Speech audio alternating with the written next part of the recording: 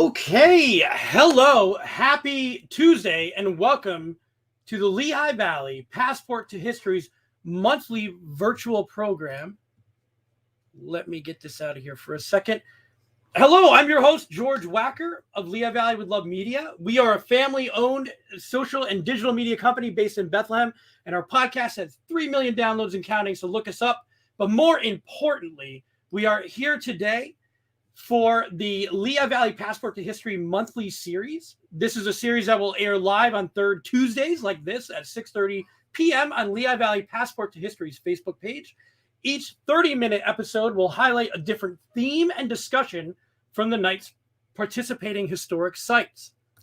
I want us all to learn a little bit more about Lehigh Valley Passport to History. It's a partnership of 49 historic sites and resources in and around Pennsylvania's Lehigh and Northampton counties. The group helps to promote local tourism and shares historical activities, events, tours, and exhibitions throughout the valley, and stuff like this, I might add. Lehigh Valley Passport to History is funded in part with funding received through the County of Northampton's Hotel Tax Program, the Lehigh County Tourism Department's grant program, and the Institute of Museum and Library Services. Visit ldhistory.org for more information. We're going to make sure that you see that website all night long. Tonight, we have participating speakers this evening, including Candace Perry with the Schwenkfelder Library and Heritage Center, and Catherine Hugater with Washington Crossing Park. If you did see the overlay here, I'm going to bring it back up. Tonight, we are talking about surviving winter and food preservation in, of course, the olden times. Today, they call that Grubhub. That was my joke for the night. But now we're going to look into some more of the history. I want to bring Candace on first. We're going to learn more about the Schwenkfelder Library and Heritage Center. And let's get to it.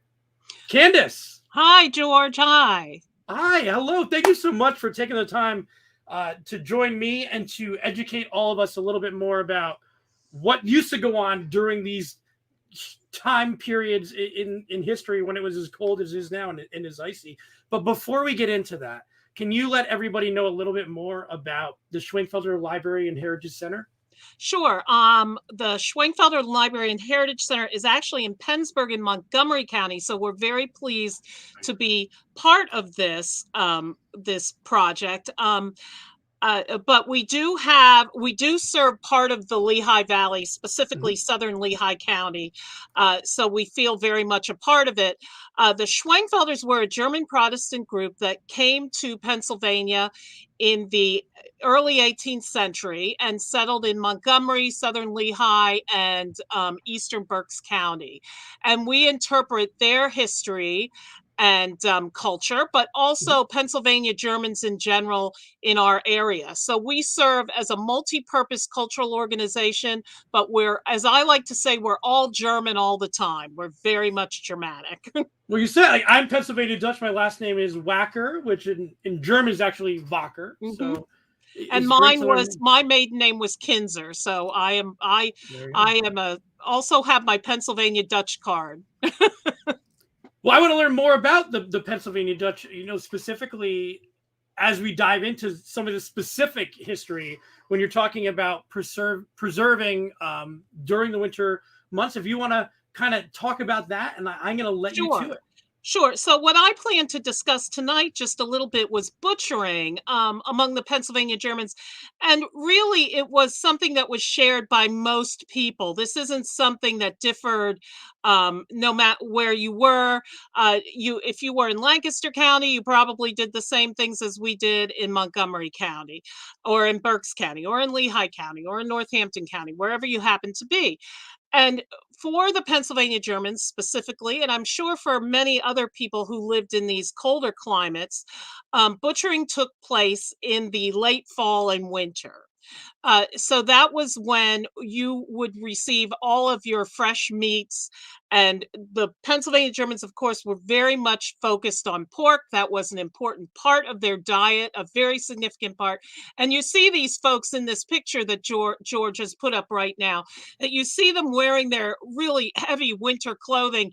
And I suppose they have jugs of something to keep them warm, I'm assuming. I pretty much love this photo. It's terrific.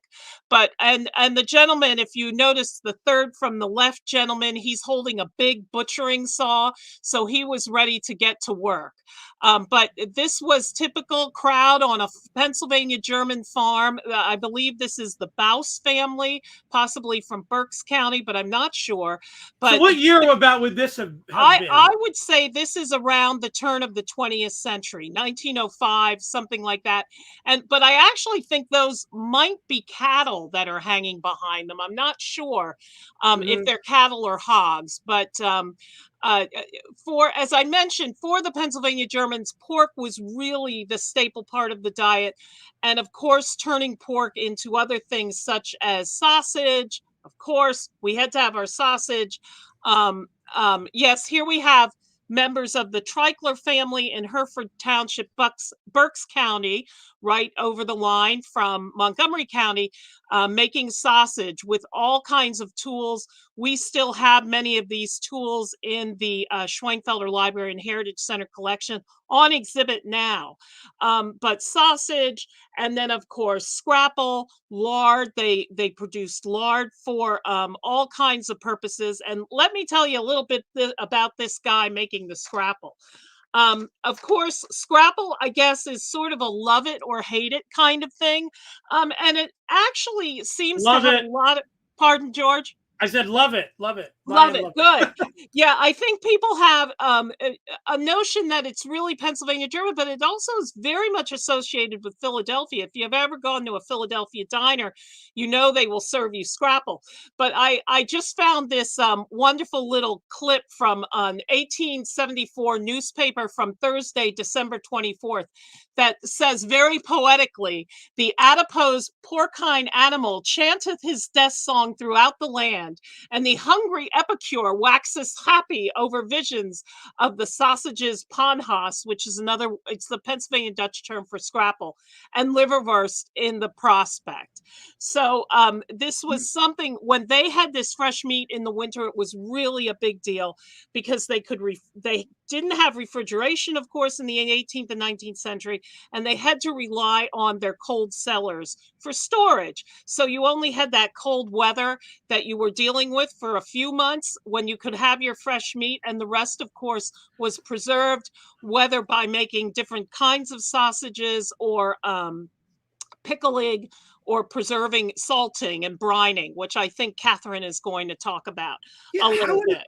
I'm curious, like, how would it be for, we talk about these families that are on the farm. What about a family that isn't a farmer during this time? Am I relying on those farms?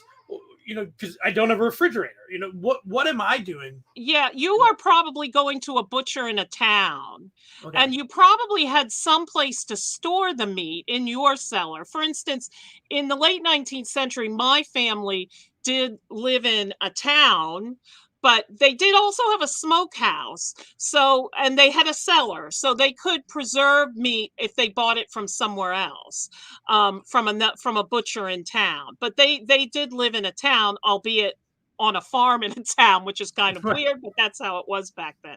So yeah, so you probably went every day, like people do even today. They go every day to get fresh food. So they might have gone every day, you know, and it's hard for me to even think about that because I'm so oriented toward farm life myself. And I only think about, well, this is what they did on the farm, but what did they do in town? That's a good question, and wouldn't mind hearing somebody who might have that answer. Actually, that's great. And for this particular family that we have, and here's one photo that I don't think I shared yet. It seems like such a communal thing to be doing this preservation. Is that something that like they all came together for this? Okay. They did absolutely. They all came together, and maybe people came from another farm to come and help out. You went to your friend's farm, and then then the friends came over to your farm, and it was a very communal thing. And that's probably why they had the jugs of whatever they were having to drink along with their butchering. But I wanted to show you something, George. Okay. I have an artifact that relates to that photo on the screen. It doesn't look like much. Can you see it? It's just a big board. But this is actually an intestine cleaning board. That's what those fellows were doing in that photo. And we just received this for the collection. I know it doesn't look like much, but to me, it's actually sort of priceless because it's like just a piece. Where did that come? What is the provenance of that? How do you know? It has a pretty great provenance. It came from the Waterman Butcher Shop in Hereford Township in Berks County. So, and just came the gentleman, Mr. Waterman, the butcher there, just gave it to us within the past couple of weeks. So it's a weird artifact, but I love it. I love my little intestine board. I love that you have an intestine board. I have an intestine board. But let's go back to the Scrapple photo, if you don't mind, real quick. I'm going to read you a little Scrapple poem, too. I love these 19th century things. This is a poem that was published in actually a paper in Wilkes-Barre in September of 1895, and it says, "The Scrapple season is in sight, and every mother's son of a Philadelphian is smiling wide and long. Scrapple to the ordinary Philadelphian is a pâté de foie gras to the Epicurean. They love it, oh, who wouldn't, oh my, love Scrapple so lusty when buckwheats are nigh. For Scrapple's a daisy, it sets Phillies crazy, and for it the babies even cry, oh my." Scrapple is, of course, one of our delicacies. And you believe now we just have memes. Back in that time we described Scrapple in such eloquent terms. I know. And now I know, amazing. Absolutely. But one thing too, I wanted to point out. Of course, George, probably you grew up with this. I know I grew up with it.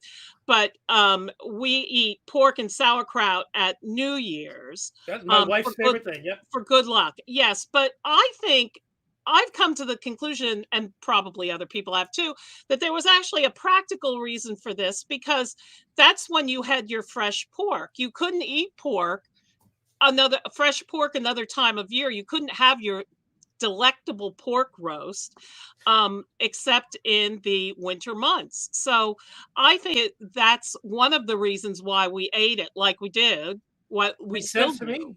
And that's good. It's one of those things that came out of history where that tradition is fantastic. And I'm if it came from that type of past, I'm happy to partake in it. So me too. Happy New Year to us. Kenneth, we're going to make sure that we bring you back in. I want to be kind of time. So hang out for a second. Okay. I want to make sure that I bring in your Candace. I'll remove you for just one moment. Catherine Hugator, thank you so much for hanging out. And we're going to come back to Candace. Absolutely. I wanted to fascinating. I learned a lot. I loved it. This is great. And for people watching at home, if you are watching it or you came in late, you're going to be able to watch this right after it's done. You can see this live stream again. But before we get there, Catherine, thank you so much for joining us. You're from Washington Crossing Historical Park. For those who are not familiar, can you tell us more about Washington Crossing Historic Park? Absolutely. So ironically, the two sites that are speaking are actually not technically in the Lehigh Valley. The Lehigh Valley is growing. We're just we're going out and grabbing other places. Absolutely. Now. We are in Bucks County. We are about 9 miles from Trenton and about 30 miles from Philadelphia. But we are the site where Washington crossed the Delaware Christmas Day, 1776. So that is our focus, is this 3 weeks leading up to when he actually crosses, and the day of the crossing, and then the 10 crucial days. However, we also do have a historic village of Taylorsville throughout our main lower park, because history happens. As much as we wanted to stop at one moment or at one time, basically you had on this site where Washington crosses, it was owned by Samuel McConkey, and he had a tavern and a ferry. And on December 24th, it was a tavern and a ferry. On December 25th, it was a site where Washington crossed the Delaware with 2,400 men. December 26th, it was a tavern and ferry. December 27th, it's a site where 24 officers are shoved into the attic of that tavern. December 28th, and then all the way into the 20th century, it's a tavern and a ferry. And houses grow up around there. So we also have 18th or 19th century buildings in the historic village of Taylorsville that are not actually our colonial time period, but still very historic that we interpret. There's also Thompson Neely House, which was where 400 soldiers encamped for 3 weeks leading up to this crossing. So, and we're talking about preservation, but didn't the crossing just re-happened again? Like, what, didn't it take a year off and now it's back? And it did. We just had our 69th annual crossing reenactment. At our first crossing, we had 5,000 people there on December 12th. Christmas Day, we had 3,000, and we are excited that, fingers crossed, knock on wood, all of that. In 2022, we will be celebrating our 70th anniversary of this annual Christmas reenactment, which is great. And we're all rooting for that. And it's exciting to see some of these events come back that did have to take a year off. Absolutely. But we're here tonight to talk about some food preservation and how, and this is a perfect example, like how our ancestors got through the winter in this type of time period. I know this presentation is not exactly for this, but we did talk about it. I wanted to bring this up, and I'll move these along, and I do have some photos as well. But if you wanted to go ahead and talk and give us some Absolutely. So the reason I sent this PowerPoint is because this is for one of our distance learning programs that we do about making butter. But before we get down into the process, if this were a classroom of like, this is actually how you make butter, and here's a butter churn, which I don't have because I'm at my boss's house. But, before we get to that or have the kids make their own butter, we talk about like food in general and food preservation and things. So it seemed to work really well. So today, if you are wanting to go and get food, you just run to the grocery store or you get it online or something. Obviously, that's not really accessible. So you're cooking a lot. You can see the large hearth here that people are cooking in an 18th century house. Now, I know you and Candace were talking about towns and cities. If you are in a large city like Philadelphia, which is the largest city in the United States in the 1770s, it had about 30,000 people in it, pretty much all in Old City. There are options. You have taverns, which are restaurants, bars, things like that. You have coffee houses. All of these are places where you can gather, you can get a meal, you can discuss politics and local events and national events and all those things. Inns where you can rent a room. Even with 30,000 people in Philadelphia, though, most people don't live in Philadelphia. Most people are living in small rural areas. You can see the kitchen on the upper left from Thompson Neely House. That is actually the oldest part of Thompson Neely House. You can see Hibbs House with the surrounding kitchen garden on the upper right. So that is much more typical of how most people are living. Again, if you're in Philadelphia, you do have the option of markets, which the High Street Market was open 2 times a week. You could get meat and crops and things that are imported from Europe. Fabulous, right? Again, most people aren't going to be able to get the 30 miles that it would have taken from us, Bucks County, to get to Philadelphia 2 times a week. So you really have to prep in advance. So a lot of times they're relying on what's known as a kitchen garden, which even if you don't necessarily have a huge farm, you're probably going to have a kitchen garden. Is that what's in the top right picture? That is in the top right is McConkey's Ferry Inn, which is on our site. So that is an example of a tavern, because that's what it was a tavern. And your tavern in a rural area, it's your one-stop shop. So it's where you go, you get your restaurant, you can rent rooms upstairs, you can get your ticket to take the ferry across the river. I will say, if you are at a tavern like McConkey's Ferry, it's not like today with a restaurant where you've got a real nice menu. They make one pot. That is what we are serving. You don't like it? Sorry, go somewhere else. Also, taverns, especially in rural areas, they're few and far between. Philadelphia, you can find one on every corner.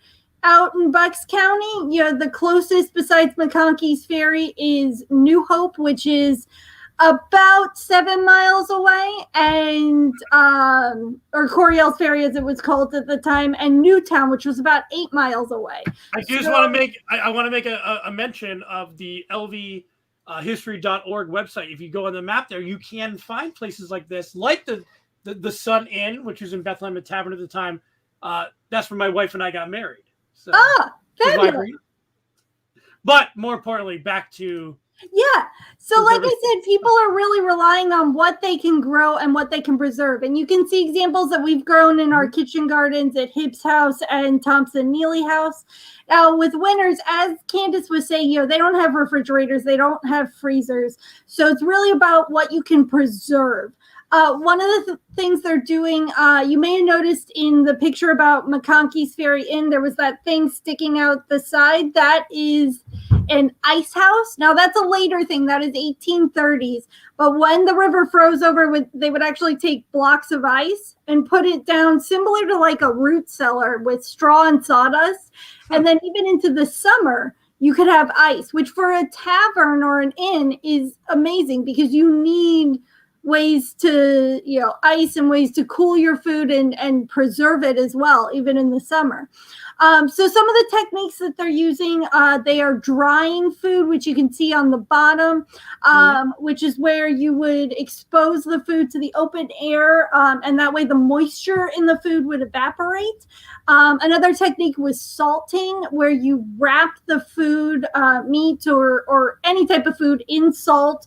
You might layer it in salt and maybe add some saltpeter, which is nitrate, to aid the process. And then over time, you would take the food out of the salt, you would rinse it. Well, what's really interesting with butter here is that that's how you would preserve butter. You would wrap the butter in salt, and then you would try and cut the salt off and rinse it off. But over time, that salt would have soaked into the butter. And over time, our taste buds developed a taste for the salt. So that's how we got salted butter, which you can still buy in the grocery store today. So that's really what they're doing. They're preserving food. They're trying to ensure that they have enough food storage so they can get through the winters. But again, we focus on the Revolutionary War in 1776. So what happens if you are in the middle of a war and you have all these food stores planned, and then all of a sudden, for example, as the Thompson Neely family faced, 400 soldiers show up on your farm for 3 weeks. So what are you saying? You're saying that you Thompson Neely family, you have stuff kind of put away already, and you have to figure out how to ration it, or you have to figure Exactly. You don't necessarily have to figure out how to ration it, but the Army's going to figure out how to ration it because they've taken over your land. We know that in December, Washington's army is not in good conditions. They're not being fed real well. And so even if you don't really want to give up your food, it doesn't matter. There are 400 It's gone. It's just what happens. So the other thing to mention real quickly is that, I know you guys were talking about what happens if you're not a farmer. That is another thing that families like the Thompson Neelys face, because the Thompson Neelys, they had 500 acres. So they do have a farm. They had a distillery. They had a barn. They had animals and everything. But the Thompson-Neely family, which is the family that hosted 400 of Washington's soldiers, again, for 3 weeks leading up to December 25th, their main occupation was actually as grist millers, which grinds wheat and corn into flour. And then that flour is distributed either to local farmers or at markets or sold and things like that. So you have these 400 soldiers staying specifically on the property of Thompson-Neely House. Washington has about 5,000 stretched out along the Delaware River between Bristol and New Hope. And for about 3 weeks, we know these guys are hungry. Flour is really great because you can use it in a whole lot of recipes and you can use it to feed a lot of people, right? Washington can really use that flour. But here's the thing, milling is very much a seasonal practice. So by December, all that grain and stuff, the flour, it's done. It's been made. Any grain you've saved is meant for the spring. And you may have already promised, like, I can't let you take this because it is being sold already. It has been sold already to this market in Philadelphia. Or like, I literally just sent all my stuff over there. Or I've saved up what's left so that I can keep my business going in the spring. You also have a lot of Quakers and other people trying to stay neutral in this area. And for those neutralists, yes, you're just feeding hungry soldiers. But even by feeding a hungry soldier, you just picked a side. So there goes your neutral. I want to bring Candace in a minute. Absolutely. Here. But I want to talk. Candace, are you ready? Are you good to come back in? I think so. Are you there? Yeah. Okay, good. Because I want to talk about some of that. Like, even during the wartime, did that change? Did that alter some of the way that people preserved food because of the war effort? Did that change things that they were doing during the Revolutionary War? For us, I don't know. To tell you the truth, we don't have a whole lot of information. Things in this area, because we're outside of where there were the encampments. We're a bit away from it, maybe a half an hour. So by car. So I don't think it tremendously affected the people right here, but to tell you the truth, I don't know. Now, I do think it did affect the people in central Montgomery County who, for instance, where Washington headquartered at the Peter Wentz Farmstead, which is another site in Montgomery County. And I am sure that that those deprivations affected those people, I'm sure. But up here, not so much. We were a little bit removed, so I don't think it did. But I tell you the truth, I don't know. I've never really looked into it that much. So I can speak to that. Candace is absolutely right. We focus on 1776, but around places like she mentioned, Peter Wentz Farmstead, that is very much a case. Even in like South Jersey, because during that time of Valley Forge, with us in 1776, you have 5,000 people.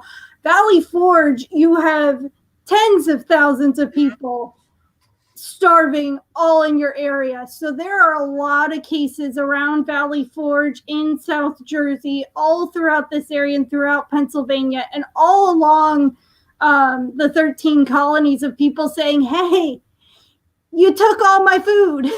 You took all my medicine. You took my cow. So now I can't butcher it. I can't get my milk. I can't get my butter, my cheese, all this stuff that I depend on, that my family depends on. It's gone. But one last thing to mention super quick with please. millers and the neutralists.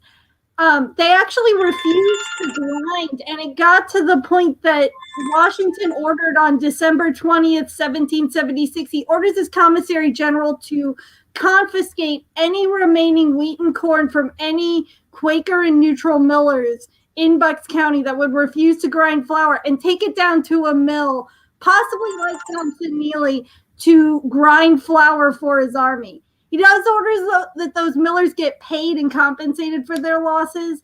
I always say, though, keep in mind Washington's soldiers aren't getting paid in December of 76. Yeah, so they're going to pay them too. You know, I it's a want to nice thought, though. Well done for the thought, Washington. But do they actually see the money? probably not. I want to be respectful of time, but I do have a Absolutely. question because it seems like there's so many more people now interested in this type of history, not just in learning about it, but also in practice and maybe canning their own things or preserving food in their own way. Is that something that, I don't know, that you've looked into or you provide insight on? Like if people are interested in learning how to do these things from history? We've actually been thinking about that a lot here, and especially with our present educator Rachel Yoder, who is quite interested in preservation, particularly of vegetables. She is vegan, and we talk about this a lot. These kinds of topics and what kinds of programming we can offer. So yeah, we definitely talk about it. And butchering is such a big part of our heritage here. It's sort of counterpoint to the whole vegan lifestyle, of course, Wow. but certainly with our supporters here at the Heritage Center, traditionally, that we have had many butchers in our history that were very significant to our organization and the Schwenkfelder group in general, including Hatfield Meats in Montgomery County. So very big and important, significant roles, and we talk about it frequently. Yes. Okay, and I want to we're at 7:00 now. I want to make sure I'm respectful of everyone's time. Quickly for each one of you, I'll start with Catherine. Do you have anything coming up that people should be aware of? I'm going to put your website up here now. Sure. So I will say, in response to the question about like canning and things, we do the same. We are working. We have had incredible kitchen gardens around Hibbs House and Thompson Neely House. Our historical horticulturalist Anna does incredible work with those. We are blessed to have an incredible restoration project provided by the state, but the downside of that restoration project, restoring the outside of every historic building throughout the park, is that the gardens had to go away. So we are working on getting those back. We certainly interpret different things and have those at events. We are working on Washington's birthday. We are still debating whether that will be virtual or in person, but keep an eye out for it. And after that would be 4th of July. Okay. All right. And Candace, I mean, again, we want people to go to your website. I don't want to put you on the spot. Yep. But if there are any upcoming events or anything you want to talk about? Well, of course, we are open every day except for Monday. So we invite people just to visit. We have a large facility here, mostly devoted to the rural aspects of life of the Pennsylvania Germans. So there's that. We have a barn that you can visit, Pennsylvania German Bank barn located here on our property. And also perhaps the biggest thing coming up, now it's 6 months away, but I still want to take note of it. It's called our Penn Dry Goods Market, and it's an antiques show and sale of historic antique and vintage textiles specifically, but also other Americana. Oh, thank you, George. There it is. And also his textile history lecture series that goes along with it on June 3rd and 4th coming up this year, and it will be in person, and we're very excited because last year we were virtual. So yeah, we're looking forward to in-person events. Yep. I mean, I'm looking forward to coming down to some of these places I've been learning about in the past year, and then looking forward to learning about in 2022. Catherine, Candace, thank you so much for coming on. This is 30 minutes, fast-paced history. Yeah. We're getting even some comments in the chat, a lot of thank yous, and this was a lot of fun. So I appreciate it. Thank you to both of you. Thank you to Lehigh Valley Passport to History. Be sure that you guys visit Washington Crossing Park. Make sure you learn more about it. And please also be sure to visit the Schwenkfelder Library and Heritage Center. All of that information is either in our show notes or you can find it within this social media post for more information. So on behalf of Lehigh Valley Passport to History, I want to say thank you to both of you. And thank you to everybody watching. We still have 20 viewers right now. It's amazing. So we appreciate it. Wonderful. Thank you, George. All right. Well, we'll say goodbye. Thank you, everybody watching. And thank you. Have a fantastic evening.